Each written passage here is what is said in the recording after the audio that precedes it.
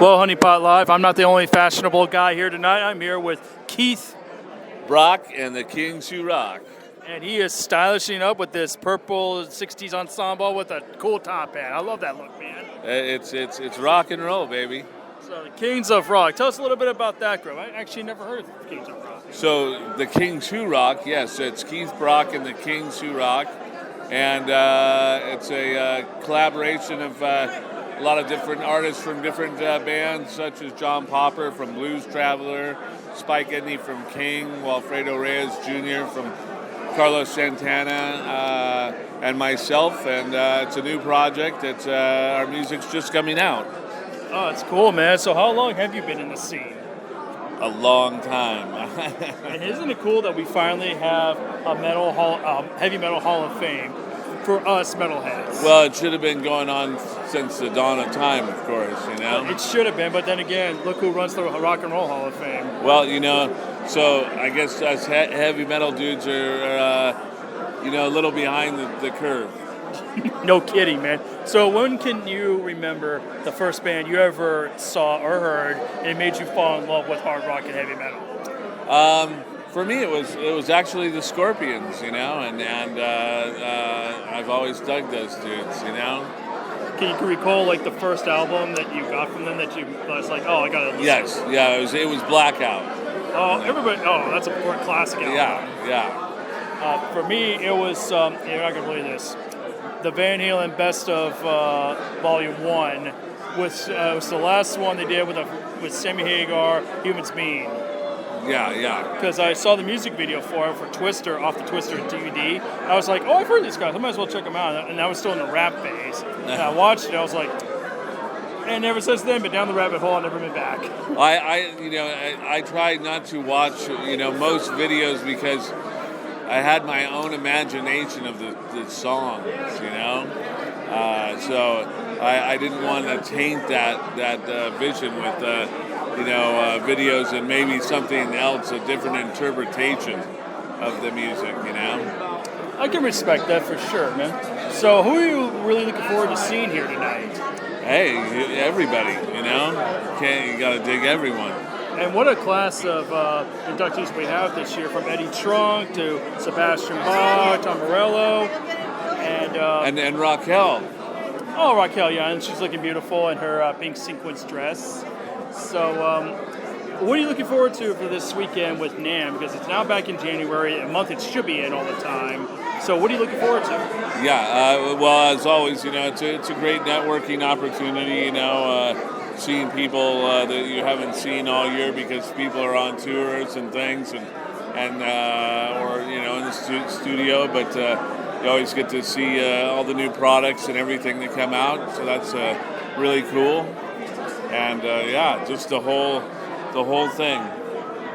So for your group, what can we look forward to in the year 2024? What do you guys?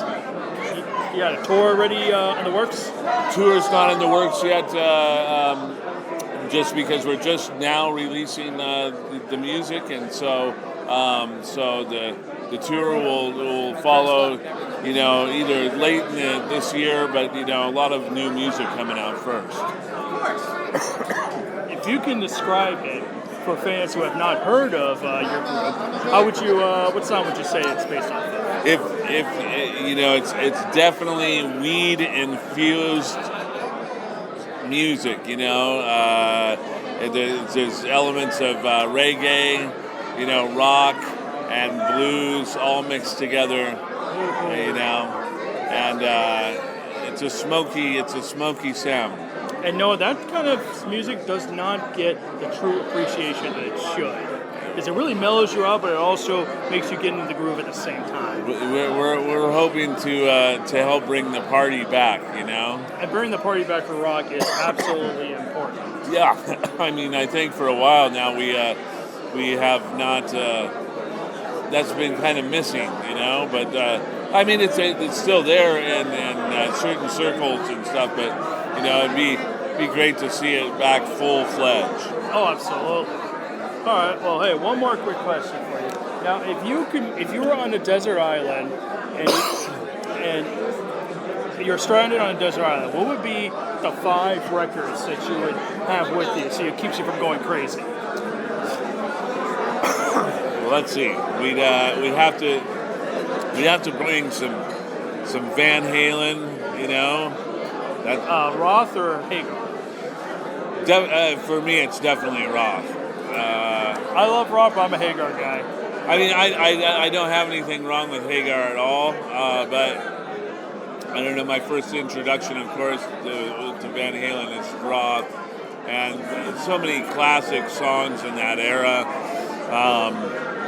You know, like I said, I'd have to bring some Scorpions for me. You know, probably throw in some Metallica.